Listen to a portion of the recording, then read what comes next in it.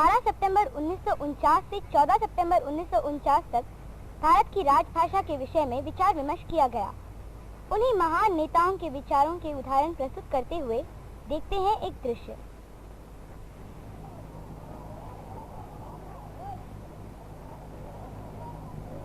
Doctor Rajendra Prasad.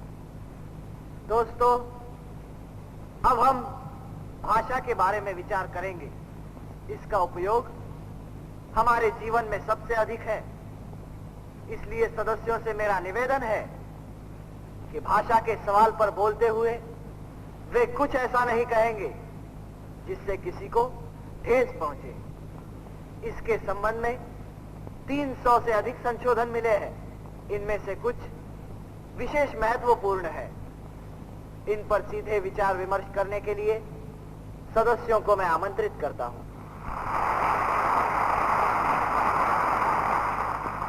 Pandit Jawaharlal Nehru. महोदय, मेरा सुझाव है कि जो सदस्य अपने संशोधन वापस लेना चाहें, वह आपको लिखकर वापस ले सकते हैं। कामत जी, क्या कहना चाहते हैं आप? मेरे संशोधन वैसे नहीं है। श्री गोपाल स्वामी आयंगार। महोदय, भाषा के संबंध में देश में बहुत विचार किया गया, हमेशा एक राय नहीं पाई गई। फिर भी सभी ने ये माना कि संघ के सरकारी कामकाज के लिए किसी एक भारतीय भाषा को अपनाना चाहिए। दुर्भाग्यवश मैं सुन नहीं पा रहा हूँ कि मेरे माननीय सदस्य क्या कह रहे हैं। क्या कोई माइक ठीक करेगा? सभी माननीय सदस्यों को ये मालूम है कि हमें नए संविधान के अनुसार संघ के कामकाज के लिए हिंदी को अपनाना चाहिए। जब तक हिंदी अपना स्थान न बना ले, अंग्रेजी को कई वर्षों तक जारी रखना है। इसके साथ ही जिन कार्यों के लिए आज अंग्रेजी का इस्तेमाल किया जा रहा है, संविधान लागू होने पर भी 15 वर्ष तक उन कार्यों के लिए अंग्रेजी का उपयोग जारी रखा जाना चाहिए। महोदय, मैं संशोधन करता हूं कि भाग 14 के बाद एक नया भाग जोड़ा जाए।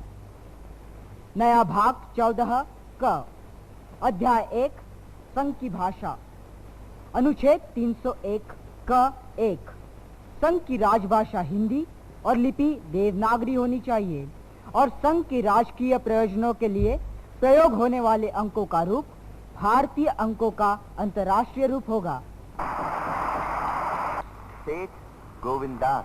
महोदय, मेरे सामने समस्या है कि आज मैं किस भाषा में बोलूं। जनाब, माननीय सदस्य तो हिंदी के पैरवीकार है। सभा का कोई भी सदस्य हिंदी, अंग्रेजी या किसी भी भारतीय भाषा में बोल सकता है। महोदय, मैं अपने दक्षिण भारतीय और अन्य भाषाभाषी मित्रों के प्रति आभार प्रकट करता हूँ। उन्होंने कम से कम एक चीज मान ली है कि देवनागरी लिपि में हिंदी ही संघ की भाषा हो सकती है, चाहे इसे हम राष्ट्रभाषा कहें या राजकीय भाषा। श्री S.V. कृष्णमूर्ति राव। महोदय, ये एक पूर्ण संकल्प है। श्री R.V. धुलेकर। अध्यक्ष महोदय, हिंदी के राजभाषा बनने से मुझसे अधिक खुशी किसी को नहीं होगी। स्वामी रामदास ने हिंदी में लिखा, तुलसीदास ने लिखा और इस युग में भी स्वामी दयानंद ने हिंदी में लिखा। गुजराती होकर भी उन्होंने हिंदी में क्यों लिखा? क्योंकि हिंदी इस देश की राष्ट्रभाषा थी। पंडित लक्ष्मीकांत मैत्र। महोदय, जब मैं यहाँ संस्कृत की वकालत कर रहा हूँ तो सभा में उसकी हंसी न की जाए। संस्कृत सभी भारतीय भाषाओं का मूल है।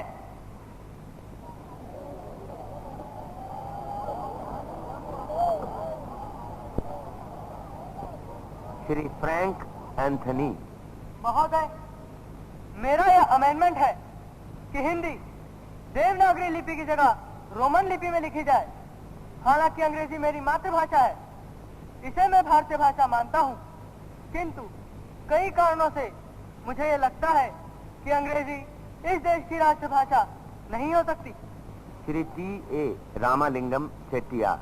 महोदय, भारत में हिंदी बोलने वालों की संख्या दूसरी भाषा बोलने वालों से अधिक है, इसलिए हम हिंदी और नागरी लिपि अपनाने के लिए तैयार हो गए हैं। डॉक्टर श्यामा प्रसाद मुखर्जी। महोदय, हम लोग श्री गोपाल स्वामी अयंगार की योजना को स्वीकार करते हैं, क्योंकि ये पूरे भारत की जनता के हित में है। आपके पास 15 वर्षों का समय है। इस बीच अंग्रेजी के स्थान पर हिंदी को लाना है।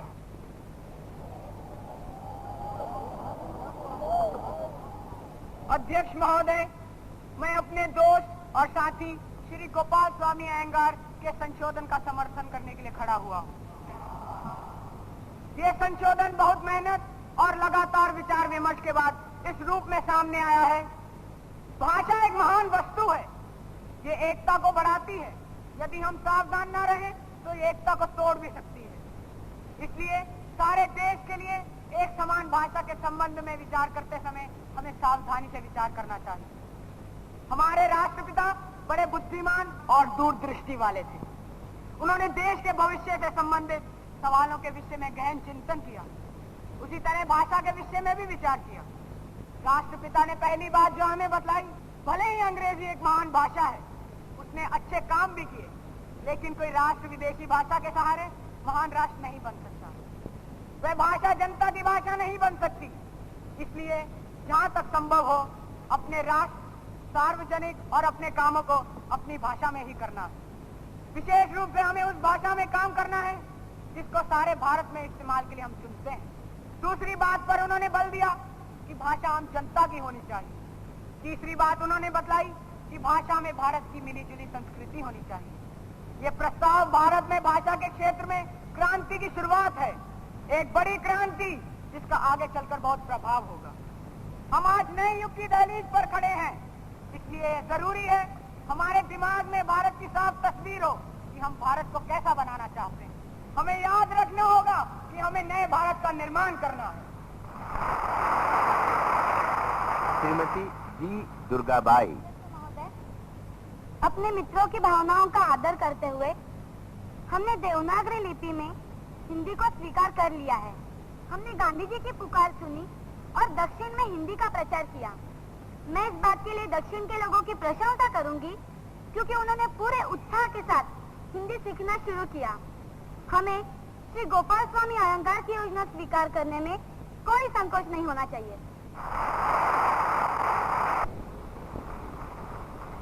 शंकर राव देव। महोदय, कुछ लोग इससे सहमत भले ही ना हो, लेकिन बहुत लोगों ने इसे स्वीकार किया है। इस समस्या का सबसे अच्छा समाधान यही है।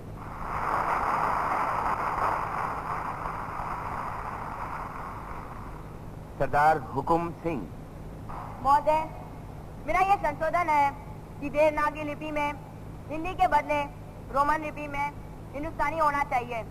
फिर भी सभा जो भी मंजूर करे, मैं और मेरे लोग उसे खुशी से मानेंगे। श्री पुरुषोत्तम दास टंडन। अध्यक्ष महोदय, मैंने सोचा था कि हम जल्द ही जनता के पास पहुंच जाएंगे और ऐसी भाषा में काम करेंगे जिसे सभी समझे। मेरा ये निवेदन है कि दक्षिण भारत की जनता हिंदी से अपरिचित नहीं है। राष्ट्रपिता के मार्गदर्शन में हिंदी का काम सन 1918 में दक्षिण में शुरू हुआ और उस समय लाखों लोगों ने हिंदी सीखी। मेरी समझ में ये नहीं आता कि जिन कार्यों के लिए हिंदी का प्रयोग करने में अगर हमारे दक्षिण के मित्रों को कोई तकलीफ नहीं होती हो तो उनसे हिंदी को अलग क्यों रखा जाए।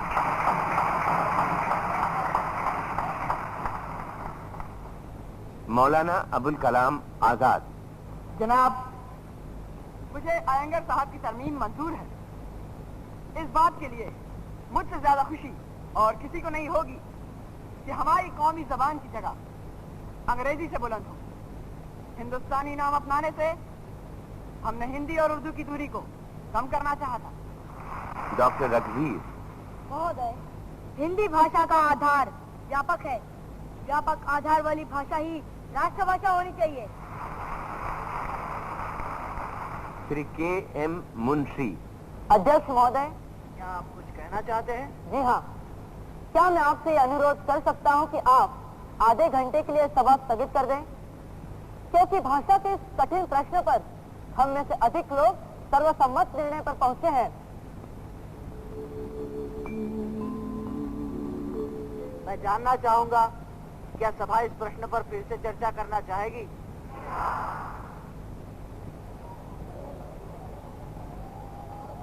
महोदय, मैं संशोधन प्रस्तुत करता हूं कि अनुच्छेद 301 क के खंड 1 में ये जोड़ा जाए, संघ की राजभाषा हिंदी और लिपि देवनागरी होगी।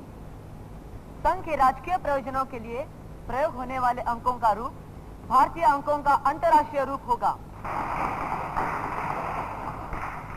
महोदय, मेरा दूसरा संशोधन है कि अनुच्छेद 301 क के खंड 3 के स्थान पर यह रखा जाए। इस अनुच्छेद में किसी बात के होते हुए भी संसद उक्त 15 वर्षों के अवधि के बाद विधि द्वारा अंग्रेजी भाषा के प्रयोग की व्यवस्था कर सकती है। श्री अयंगर, क्या आप पूरी बहस के उत्तर में कुछ कहना चाहेंगे? मैं माननीय श्री मुंशी द्वारा प्रस्तुत संशोधन के एक एक शब्द को स्वीकार करता हूं। तो अब मैं इन संशोधनों को मतदान के लिए रखता हूं। Doctor B.R. आम्बेडकर। महोदय, ये मान लिया जाए कि जिन सदस्यों ने संशोधन प्रस्तुत किए हैं वे उन पर मतदान नहीं चाहते और उन्होंने आपको इस बात का भी अधिकार दे दिया है कि वे दबाव नहीं डालेंगे। प्रश्न ये है कि अनुच्छेद 301 क के खंड 1 के स्थान पर ये रखा जाए, संघ की राजभाषा हिंदी और लिपि देवनागरी होगी। संघ के प्रयोजनों के लिए प्रयोग होने वाले अंकों का रूप भारतीय अंकों का अंतर्राष्ट्रीय रूप होगा।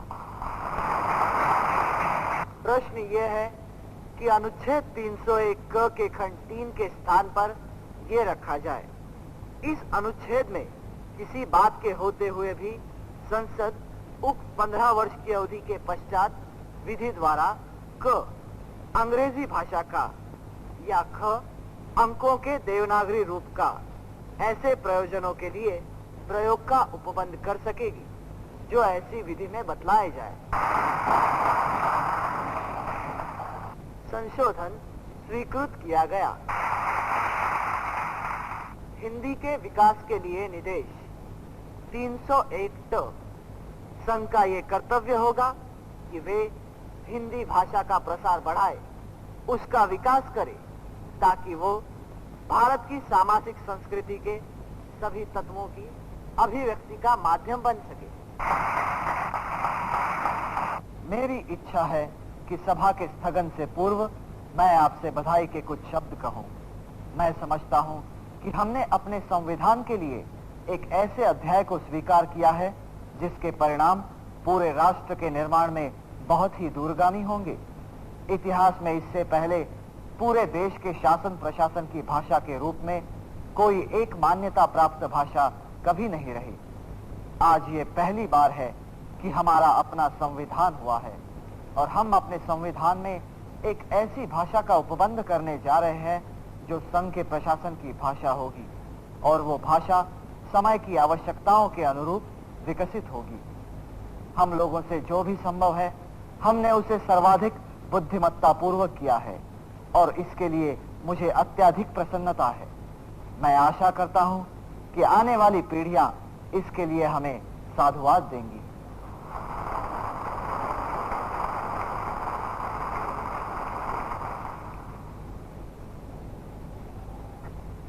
भारत के सभी स्थानों के प्रतिनिधित्व करने वाले वो महान सपूत जिनके दिलो दिमाग पर संपूर्ण भारत की ही बात 24 घंटे छाई रहती थी, उनका निर्णय क्या गलत हो सकता था?